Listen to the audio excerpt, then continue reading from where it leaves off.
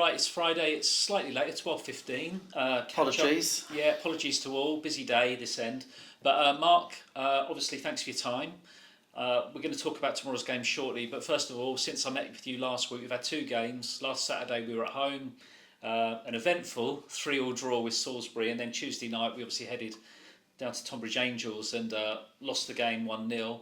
What's your sort of take on the last week then? Well, I mean, the performances have stayed really strong. Massive dominance of matches. Just really a couple of, Salisbury was probably, I've got to say, borderline the most innocuous situation I can remember, really. 2-0 up against 10 with 4 minutes on the clock. Pure madness. I took off a few boys to rest them. One because he was on a yellow card and I was conscious of him not being suspended for the Tuesday. We picked up a little crap one. And caught a cold. That and a really poor refereeing decision with a penalty given that was never a penalty. But these things happen. Listen, I mean, it's entertainment, wasn't it? And we licked our wounds there, but a massive 2 points dropped at home in a game we dominated. But not really that worried. We went into that game, 4 changes from the week before, annoyingly a little bit dismantled, which was frustrating. So, 2 points dropped. Tuesday, Tunbridge, I thought 3 points dropped, really. We had a slow start, and the rest is history, really. I mean, probably for 80 minutes, I think the possession was nearly 70%. 2 cleared off the line, 2 1v1s. Tunbridge defended for their lives. Young side, aggressive. And it just felt like one of those nights. And I think everyone really understood that.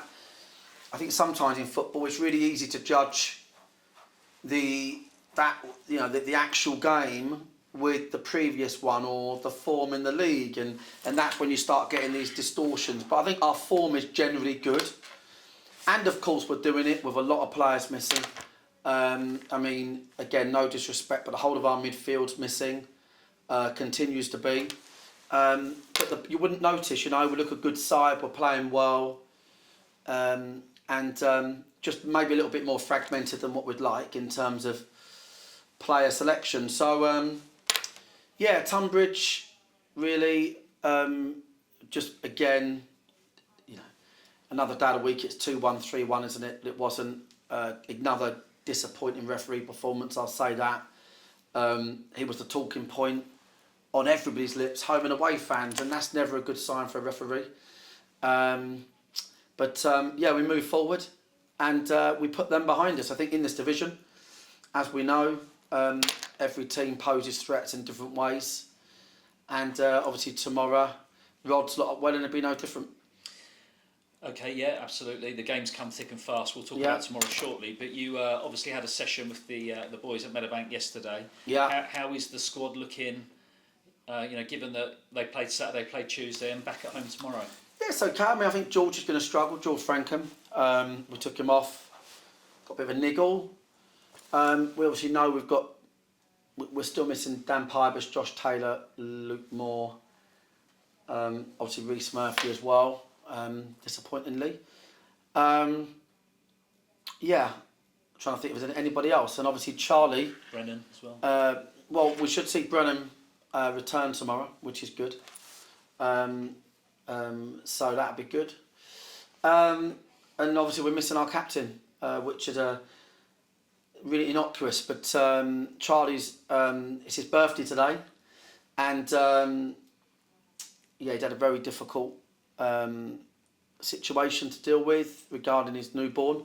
So obviously we've been massively there for Charlie as that bigger priority. Needed supporting and continues to.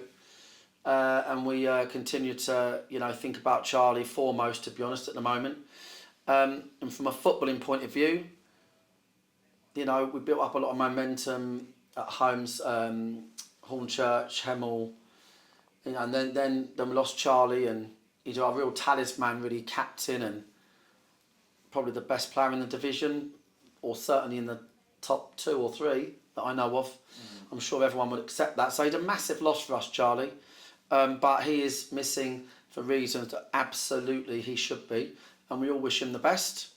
But yeah, so it's just a bit fragmented, really, and we have to keep focusing on just one game at a time, and that's where we should be at the moment. Just focus on one game at a time. I think the boys are gelling more so now than they were. We've had to do that mini rebuild based on all the injuries. So one game at a time, really. One in next.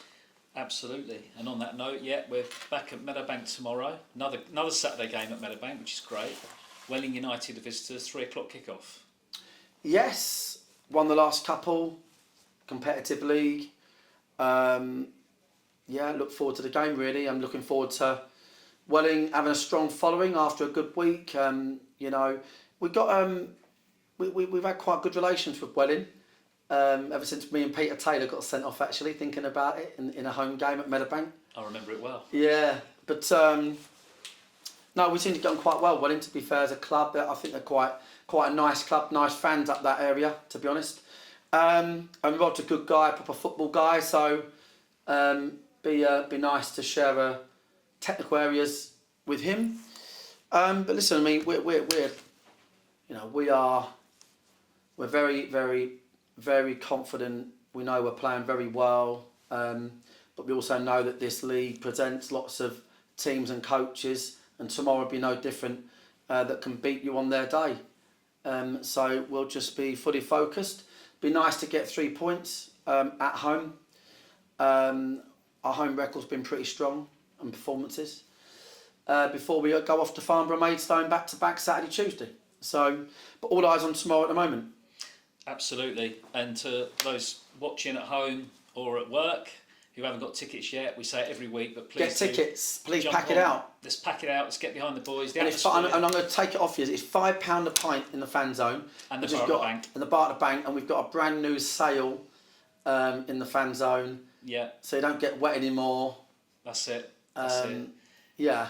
Yeah, come down, enjoy the fan zone from 1 o'clock. It's got a new look, like Marc said, and our pledge is £5 a pint on all draft, bar in the bank at the fan zone, from tomorrow for the rest of the season. That's it. So there we go. And when you're really, really drunk, we'll charge you £7. That's it. You won't notice. So yeah. So finally, Marc, I wanted just to mention Club 25 while I've got you. Yes. Because obviously, fantastic response. Hundreds. It ends this Thursday. Yes. And I just wanted to ask you, what your thoughts were. Well, I mean, just to reiterate, our 25th year was all about having a fan ownership scheme whereby, as a one-off, during our 25th year, we gave people the opportunity to be a part owner of the club at all levels. And this is the final thing we're doing now. We've had hundreds since last Friday. And it means that there's affordable ways for everybody to be physically a part owner. It's all on our social media feed, our website. You can do it really quickly. You could still do it as a Christmas present if you're that way inclined for other people. But yeah, listen, we've never done a fan ownership scheme in 25 years, but we really think for the growth of the club and the popularity of the club, we wanted to invite more people on to enjoy the journey. The club started with a bunch of mates, and we treat the ownership group no different. We know many of them, and we see them at all the matches home and away. So loads more time, if you like, to get involved. It finishes on next Thursday, end of the month. But equally, our last opportunity to get involved, and it's all affordable. So fingers crossed, we get a few hundred this week. Absolutely, and a big thank you to Taverns to Go, who, just as a reminder, Taverns to Go. Anybody who buys a Club 25 package goes into the draw where they can win a free bar for their back garden. So that's quite a prize. We'll be announcing that on the 23rd of November at home before Enfield. Marc, thanks a lot for your time. Much appreciated as ever. Good luck tomorrow. Yeah, cheers, mate. Catch up and can we pack out Meadowbank, please? Let's do it. Let's get behind the boys. All right, cheers.